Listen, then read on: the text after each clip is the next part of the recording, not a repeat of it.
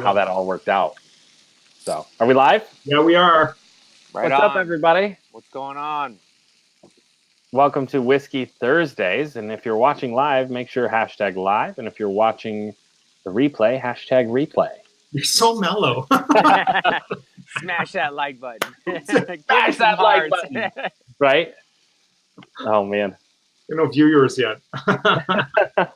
It'll take a few. It'll take a few. But anyways, yeah, so I mean, I saw that in Lion Desk, which is funny because I was just looking at the Lion Desk group and I'm like, man, there's nobody doing anything in there.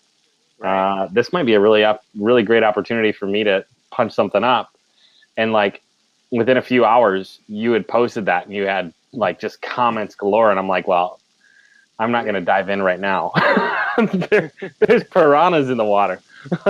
Yeah, it was, yeah, you know, there's those little untapped gold mines you'll come across that aren't, you know, groups are great, but like at the same time, you don't want to go in and step on anybody's toes and, you know, fish in somebody else's pool type thing. So right. There's a few little hidden gems out there, which I'm sure tons that we don't even know about, but yeah. And there's a few of them, like there's a couple, I'll tell you, one of them is bold agents, but you have to be a participant in Keller Williams bold class in order to go into it. Okay. So that's one that I like, just because you have to be an agent who's already put in the money and the work to be in that group, because it's $800 to get into the course. Nice. So, and I think there's like 26,000 people in that. So I love that group. Very cool. Why don't we give Luke a proper introduction? Let's do it. I was going to wait till we got the people online, but we're trying to get them on here. So we're just waiting here for people to pop on. Why don't you do the introduction? Okay. Well, hey guys, everybody, thanks so much for joining us here on Whiskey Thursday. We've got with us Luke Darling. Really excited to have him here. You know, I've seen you, Luke, on Facebook here and there. I've seen, you know, some of your posts and some of the things that you've been doing with the loan officers, mortgages, and so, you know, pretty excited to talk to you tonight and connect with you. And I from what I hear, you're doing some pretty interesting stuff for client acquisition, which I think is something that, you know, everybody wants to know how to master. Any new tricks, any nuggets, anything like that, people want to know, because we're always trying to, you know, acquire new clients. So listen, you know, I'll let you take it away, but why don't you tell us a little bit about what you're currently doing right now, and then maybe we can, you know, backpedal a little bit and tell us where you come from and you know, what you've been doing before. Absolutely. So I'm primarily focused down on mortgage and real estate, just to kind of niche down in order to be able to like systematize everything for scaling. So that's kind of where I'm at right now. I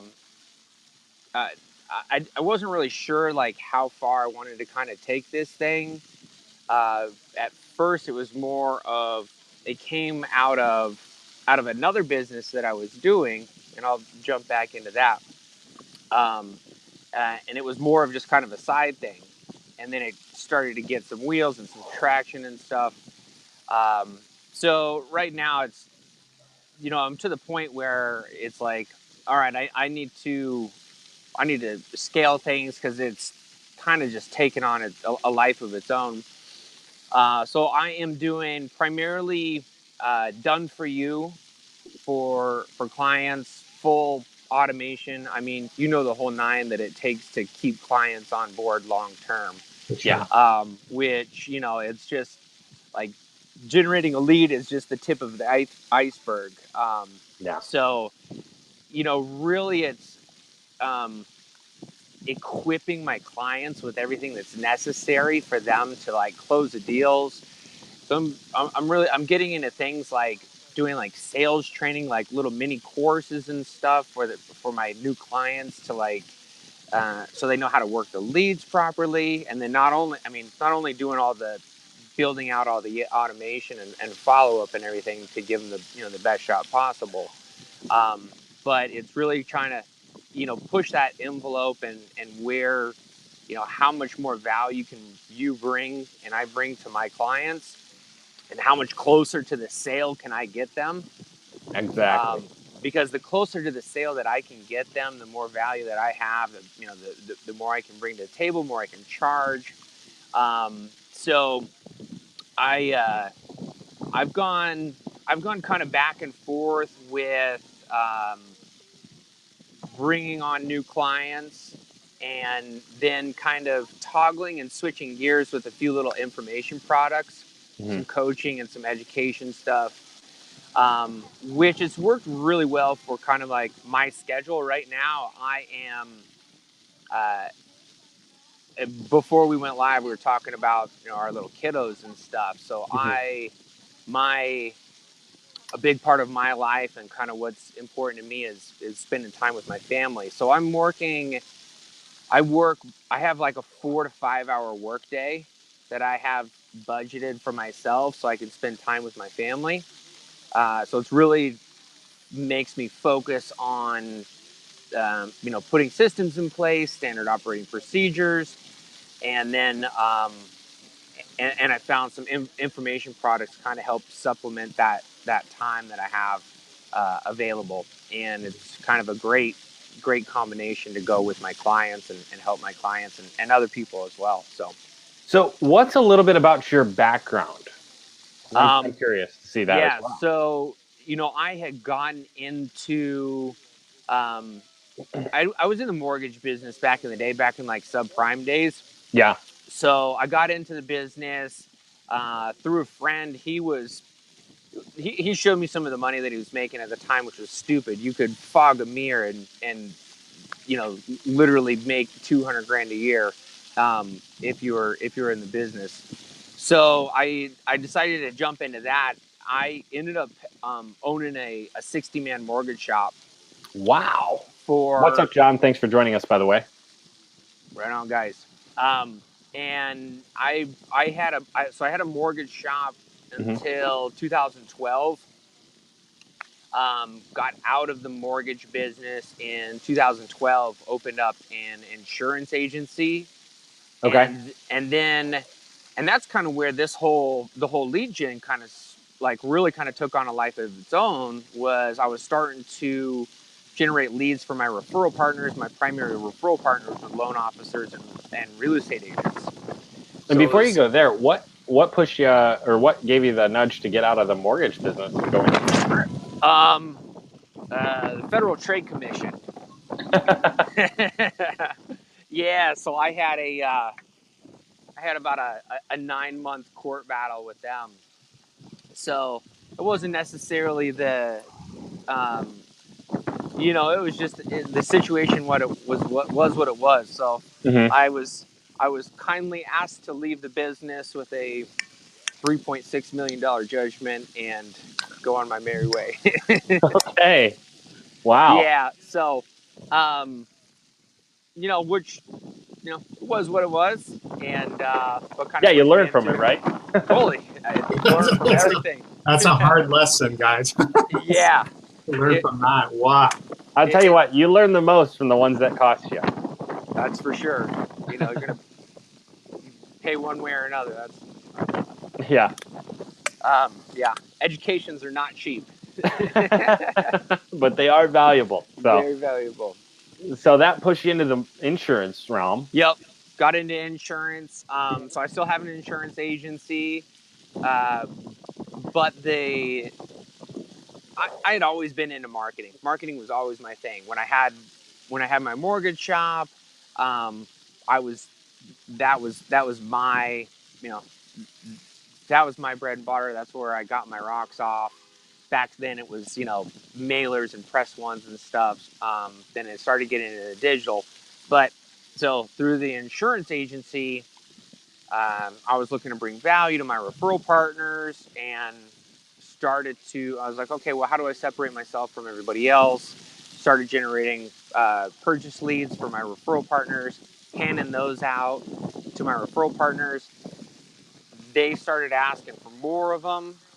And then that kind of just took on its own thing where then I was like, well, I can't okay, well, rather than just handing them out for free, I let them start paying for them.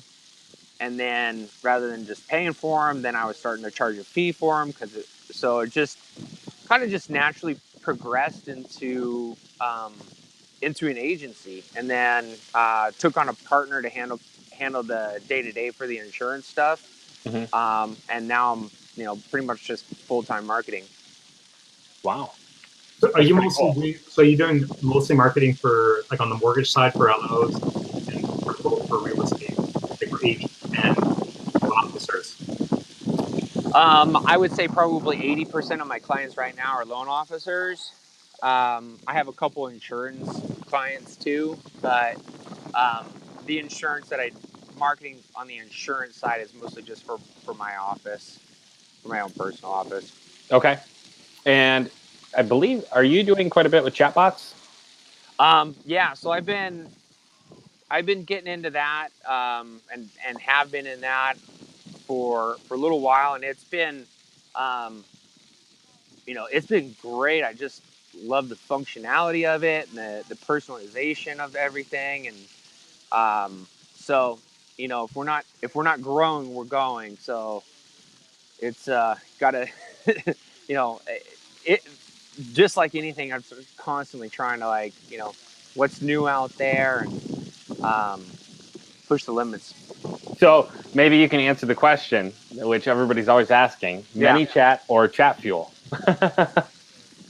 I have. I started out on ChatFuel, and then I'm fully on ManyChat. I started out on ChatFuel, gave it a try, and I was probably jumped into it way too early to kind of wrap my head around what it was and what was going on. But then I jumped into ManyChat, and it just seemed to have a much more user-friendly interface and a little bit more intuitive. So, okay. And are you using that for real estate agents as well as mortgage officers, or mainly mortgage officers right now? Both of them. One of the kind of value adds that I have for my loan officers is an open house bot. Okay. So they'll use market their referral partners listings with an open house house bot. So that's kind of a real fun thing for them to add value to their referral partners and attract other people to do business with them, because leads are great, but I always tell my clients never to have don't just rely on one source of business. Right. I'm all about them having multiple lines in the water, and the more I can help them, so that's something that's really cool for on that side. It's people seem to really like. Okay. And do you typically run a messenger ad then, or are you going to run a lead ad that goes into a messenger bot? A lot of times it's just a lead ad with the messenger on the thank you page. Okay. Yeah. That tends to convert pretty well, just because you're getting name, number, email at minimum on the front end, and then pushing them over to the chatbot, so you have multiple different points of contact. Okay. And I think that's important to remember, because I see a lot of people where they're doing, it's like everybody's talking about chatbots and how amazing chatbots are, and you can use them to convert your clients. So, build an ad, build a chatbot, send it to the chatbot, and then they come back and say, listen, nobody's opted into my chatbot. And I think a lot of the people out there, like yourself, Luke, and other people who are successfully using chatbot, this is exactly what they're doing. They're going from ad to form, and then pushing them on to the chatbots. So you have multiple channels now to follow up with them. Yeah, it's I found that's worked really well. I mean, either that or on the thank you page, if you're doing like a long form survey style, put it on the thank you page to book a call. Okay. And then you can click them on through there. So the more clause that you can get in them, the better. Absolutely. And if you guys are watching live, make sure hashtag live in the comments, hashtag replay if you're watching the replay. And then going back to you, Luke. So you mentioned the offer on the thank you page to get them to call now. I mean, have you found a couple of different successful offers that work in different parts of the country as far as getting people to call now? Or is that constantly the challenge? Yeah, usually it's just a, that golden word, free. So I started using free bottles of whiskey on my thank you pages. Right. Yeah. That'll do the trick. Yeah. A free home ownership call, or waive the application fee. Those are, two things that tend to convert pretty well. We do. I've done a lot of like free shopping sprees on the thank you page with some of the agents, where it's like book a call now or book your appointment now, get a free shopping spree. That's cool. If you buy this home.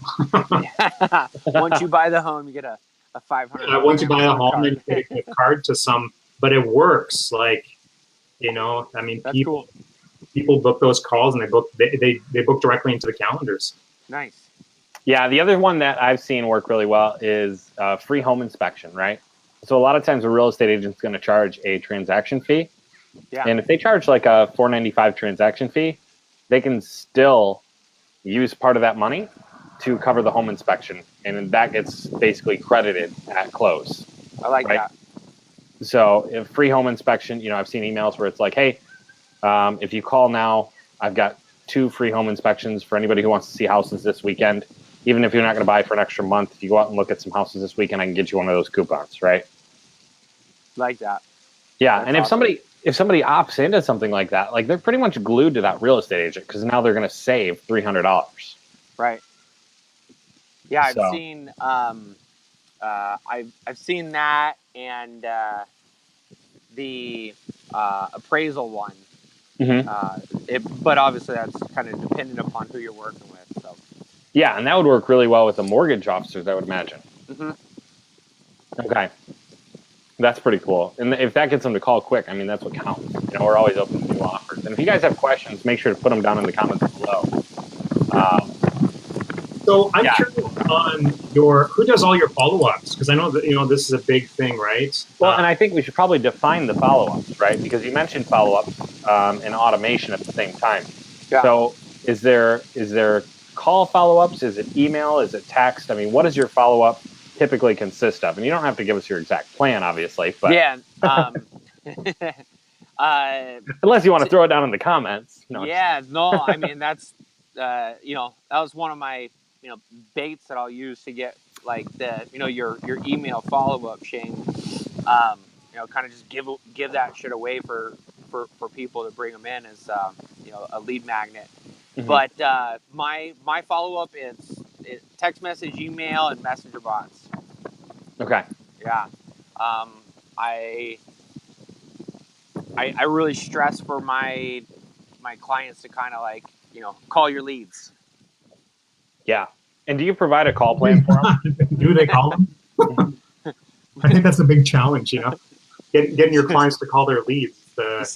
Yeah, well, surprisingly, so one thing that's kind of cool, I did a blind spreadsheet with 5 different clients where they put in their daily actions, like what they did, how many contacts they made, how many apps they took, and to see like who's getting results and like what they're doing to like get results. And so these people are putting in their information, and I'm able to see like real time, like, okay, these people are doing, this office is doing, approximately the same amount of leads. Why are they doing this much more? Like, what's the difference? What's separating this office from this office? The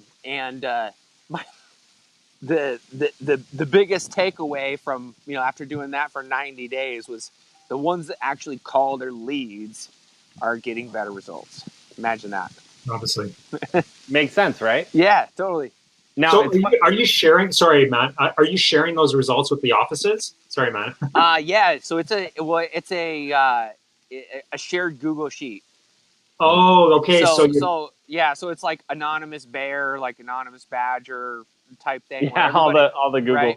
You know, Yep. if you've ever shared a Google sheet, so they just jump in, they'll post their numbers, and it's really cool because it's like real estate agents, loan officers, they are, by nature, they're competitive, super just competitive. Yeah. anybody in sales. So it's like they see other offices doing numbers and like, shit, man, we gotta, we're getting beat here. We're at the bottom of the totem pole. Like, Yeah. so it was something that I just started to test out because I'm like, all right, how do I kind of gamify this process to drive better results for my clients and kind of get them a little bit more involved, so I love that. I love the gamification. Like whenever you can do that, I've seen results go up. right. Yeah. 100%. That's awesome. Competition, a little bit of community, although it's blind community, but, yeah. So, I'm digging it. I'm going to roll out some more of it and try to level the playing field as far as like doing pages with like offices or like companies, so they can really kind of you know get as close to like the average as they can. So I would love to see a screenshot of like some of that gamification. Like if that's something you can share, I'd love to see a screenshot of that. Totally. Because I think anybody who's in this industry, like if you have multiple agents and you can find a way to make some kind of a game out of like who's doing best, like that competition just drives people, especially in this industry, because most people who get into this industry are competitive by nature. 100%. So I think that would be fantastic. And like I said, if anybody has questions, make sure to put them in the comments below. If you're watching live, #live, replay, #replay. And so I'd be curious though, Luke, here's where I wanted to go with this most of the evening already, is you got a plan, right? What's that? You had a plan, didn't you? I did. I was like, let's bring him on. Let's get Luke on. Lube him up a bit. No, you have an invisible funnel running. For those of us who don't know what the invisible funnel is, are you able to share what that is and maybe a little bit about what you're doing? Totally. Because this is a client acquisition strategy. Yeah, this is more of a long-term indirect client acquisition. So it consists of a Facebook group, obviously, like we're in right now, and it's niched down to just specifically for mortgage folks. And what I'm doing is, you can plug it here. It's called, what is it called? Mortgage Milkshake. Awesome. Yeah, there's a link on my profile. So there is, other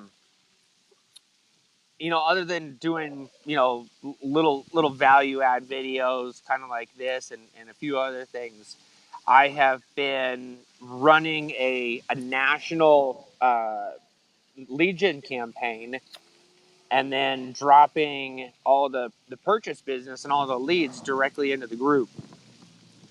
So out of that, I'll share on my personal profile, on my personal wall, all of the long form, like the booked appointments that I have, say what state there's in, and then have people come, when they comment on that, drive them back to the group. And once they're in the group, I'll post the leads in there, as well as like all of the other just regular purchase business. And that's been I had the thought of it, but I didn't implement it for a long time. Then I was starting to go just for to clarify, you're giving away free leads to mortgage officers. I'm close to about 900 so far in the past since May. 900 deals or 900,000? 900 leads. You've closed 900 leads. No. I've given away 900 leads. Okay. Yeah. Wow. So if you're in the mortgage industry, you want to be in there. Yeah, it's funny thing is most of the people who Hey, claim. let's stop talking about this because I want to do this. I want to give away this secret. This is crazy. So hang on a second. Right? I just want to get this straight. Maybe we should end the broadcast right now. Right. No, I'm just kidding. But this is an awesome idea. So basically, you've created this. I mean, that's pretty genius. You've created a group, and you're driving traffic to that group to get loan officers inside the group, and once they're in the group, you give away free leads, or no? Yep. Is that how it works? Yeah. Okay. So Yeah. you're also doing the lead generation side of it. Yeah. I'm thinking about joining the mortgage industry now.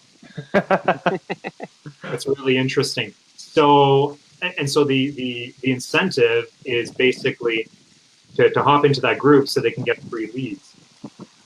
Yeah, free leads amongst other things. Value I mean, I've gotten pretty lazy with the group itself, so I've gotten to the point where I'm just like once a week I'll post free leads and that's about it. But I'll on average I'll book 5 to 10 appointments from each post. Wow. On each one of those posts, so for initially when I first started the campaign, so my lead costs on the leads are 58 cents a piece right now on those leads. So it's total no brainer. Yeah. I'm booking 5 to 10 calls on $30 of ad spend. So I'll give away 50, 60 leads a week. Mm-hmm. And it costs me $25-$30 to generate those. And out of those, 5 to 10 appointments, how many people will you sign on as a client? I'll usually book. We're taking on about 1 new client a week right now. Wow. So out of 10 to 20%, basically. Yeah. And that's a good thing for marketers to know too, is that it takes more than one appointment to get a client, because a lot of people will get at a single appointment, they won't close the client, and they'll just stop getting appointments for a while because they're like, well, I don't know if I can do this. Right. But it's like you, a seasoned pro, not only a seasoned pro, but somebody who crushed it in the mortgage industry, you're still closing 10 to 20%, which is pretty decent for this industry. Yeah, I don't put a whole lot of effort. I'm pretty much like a 1-call close, mm-hmm. or that's it, or just take it back in. Right? So yeah. So I'll do a 10-minute initial phone call, because I've got it down pretty well who I want to work with. So it's a much different phone call. It's more so me interviewing them to see if they're going to be a right fit for me. Mm-hmm. I'll keep it to 10 minutes. If I think they're a good fit and they're going to work with what I do, then I'll invite them to a longer phone call. Very cool. I love the idea. We should totally do this. Right. Well, on the agent side, right? Yeah, absolutely. Build up this group, feed them leads, and that's it. So what do? You just post the leads in the group, and that's it, and everybody just grabs them? Yep. That's totally. It? Whoever gets to the lead first. Yeah. Yeah. Wow. That's crazy. So are they competing on those leads then, typically? I really don't monitor. It's kind of like an honor system thing. So I just post them in there. I ask people to claim the lead that they're going to call, which, you get some action on the post, post who you're going to claim, who you're going to call. Mm-hmm. And then, yeah, that's about it. I don't really try to follow up or hound people or police it, anything past posting it. But that's really cool. So how does it go from basically that post in the group to a call? Where's that happening? Are people just organically reaching out to you? No, I'll put a call to action on the post. Mm-hmm. If you want to learn more about this, or if you want to learn more about generate leads for yourself or having it done for you, here's a strategy session. Book a call, and so I'll just post my call link on there. Mm-hmm. So we got to name this client acquisition. Where'd you learn this? You just figured this out, or? Yeah, it was just it just kind of happened.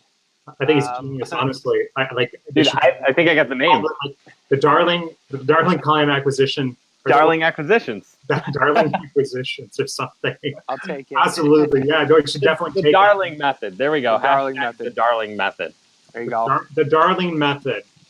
Awesome. Okay, so that's great. Honestly, That's so awesome.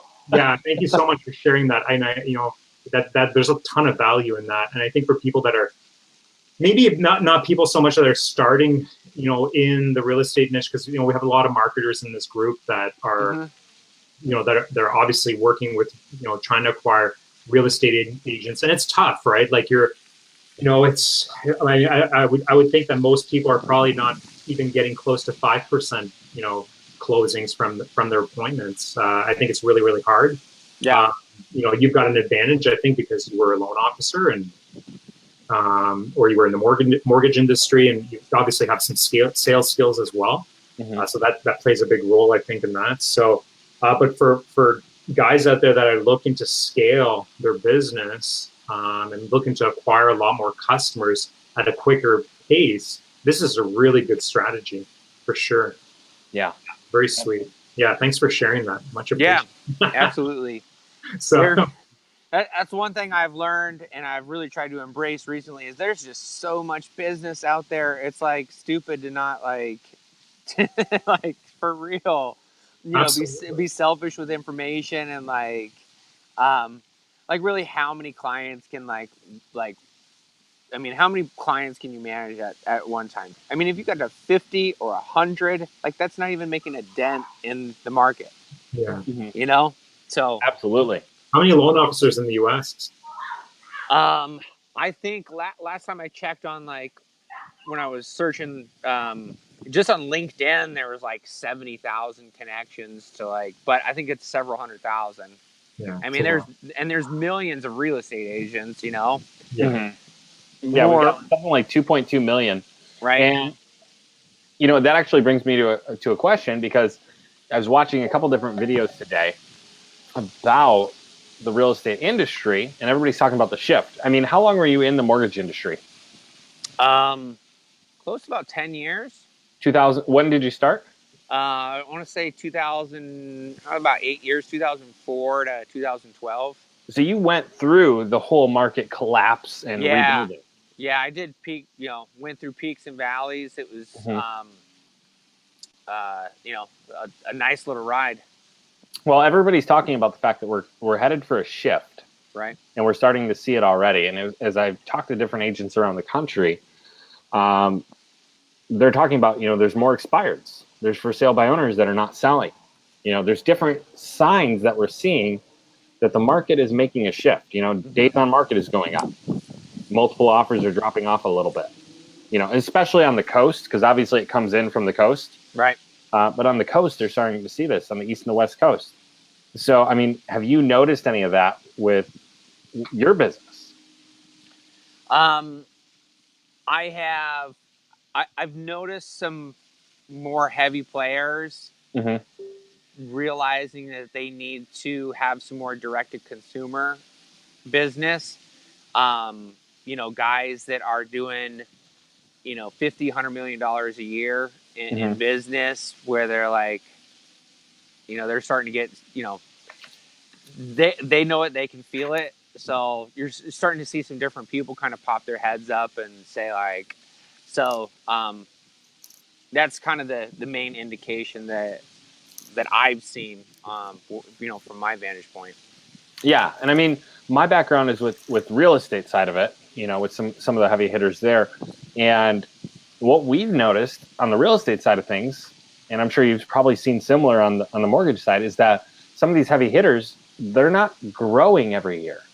They're just staying the same while everybody else is kind of doing less.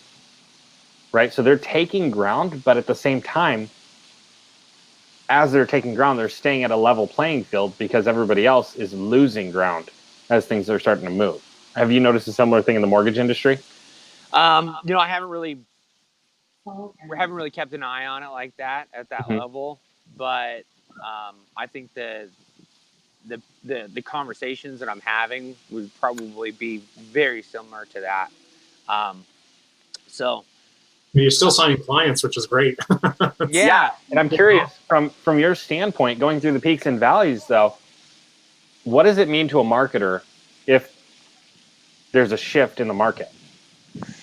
That's so when I was in the mortgage business and I was doing, I was handling pretty much all the mortgage side. So when the market started to turn, we started to aggressively go after like short sales, and kind of shifted shifted the business model to the downside, to ride down the market.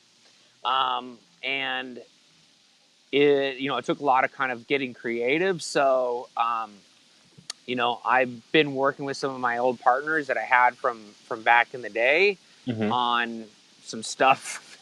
If it got to that level on short sale sides, educational information products for homeowners. So, there's always going to be a market for something. Just kind of like, what is it? Absolutely. And I guess, have you done any marketing towards short sales?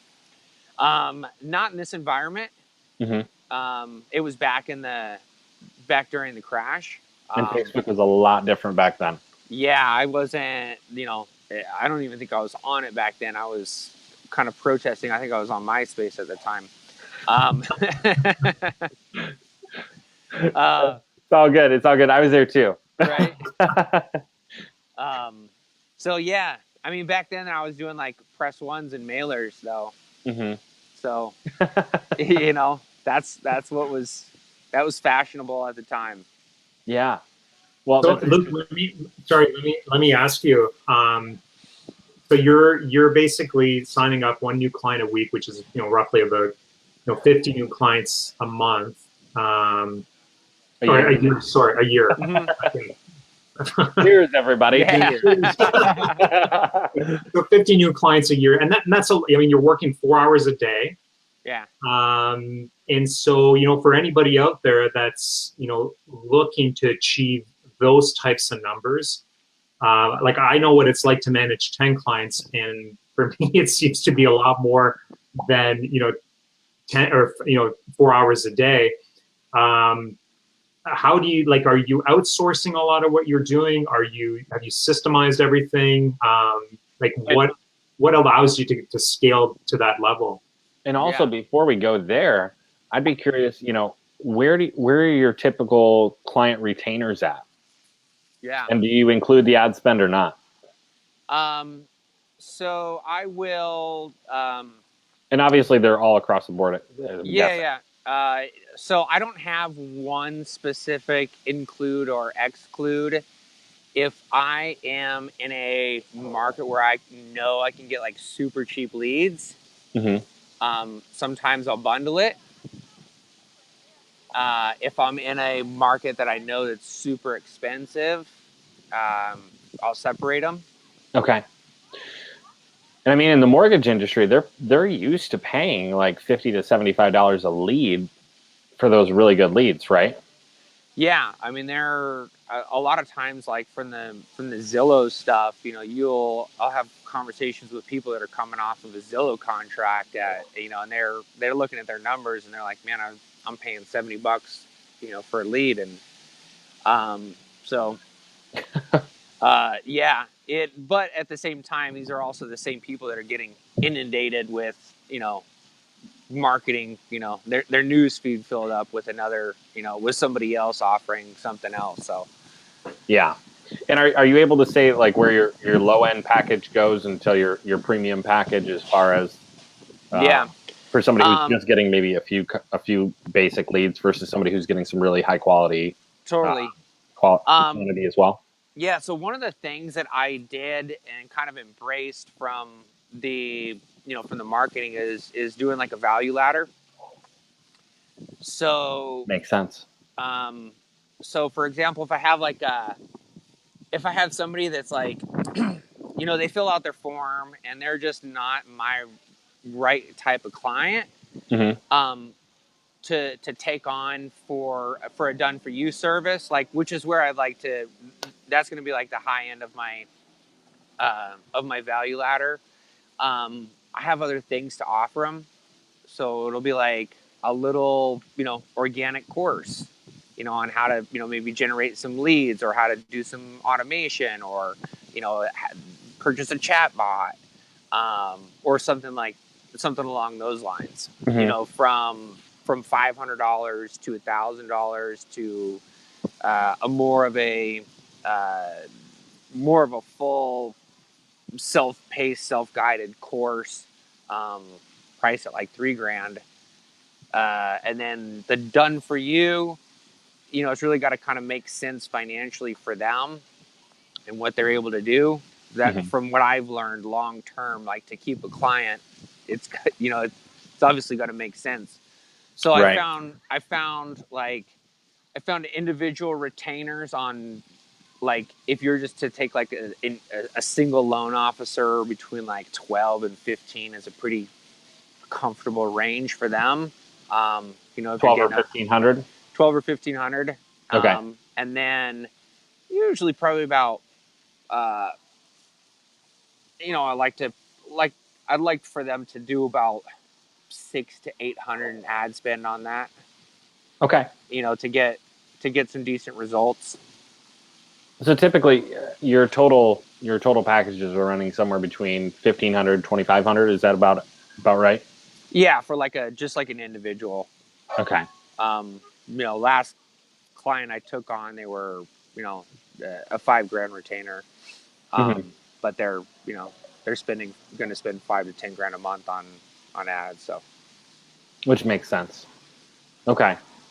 And on that $5,000 to $10,000 in ads, I mean, how many leads are they going to see? I don't know. We'll see, man. It sounds like a lot of leads. I mean, is the automation doing that much that they don't have to call? Because I would imagine if they're getting that many leads that they have to call, it would be almost overwhelming. But if your automation is on point, which I'm guessing it is, then you're probably reducing down a lot of their work. Yeah. So this is a larger, like, national company. So I'm going forward. I'm really going to try to focus a lot on those larger retainers, those larger clients. Is it the big one? No. Okay. I say, did you land the big one? No, but hopefully I know some people that are try gunning for it, but yeah, I think what is it? It rhymes with schmicken. Is that right? Right. So yeah, that would be nice to get a chunk of that. I know one of the guys that's he's got a $250 a month contract with them. $250? $250,000. Okay. Yeah. It's like, wow, they're getting a great ROI. Great. Yeah, no, he's doing a lot of work for them. But yeah, so we'll see on that client. Those people are a little bit different. I have to use a lot of their systems that they already have, a lot of their assets that they already have, their landing pages. So, but does that reduce your work or does it increase it? It is. It's going to kind of increase it, because for everything that I've done for like anywhere from like a 1 to like 5-man office, mortgage shop, a lot of it's stamped out. Standard operating procedures, run through the checklist. This is boom, boom, boom, boom, boom. Okay, they're set up. We're on to the next one. So this is kind of, I put a lot of work into place to kind of build systems and processes for those clients. So then I could start to reach for some different clients, stuff that's a different process. And then also, start tapping into different verticals and stuff. Makes sense. So are all of your clients in the real estate and mortgage industry, or do you have clients kind of spread out in other industries, or? I have a few, like solar and solar, personal injury. I have a swim school. Really? It's not a. They're not in Michigan, are they?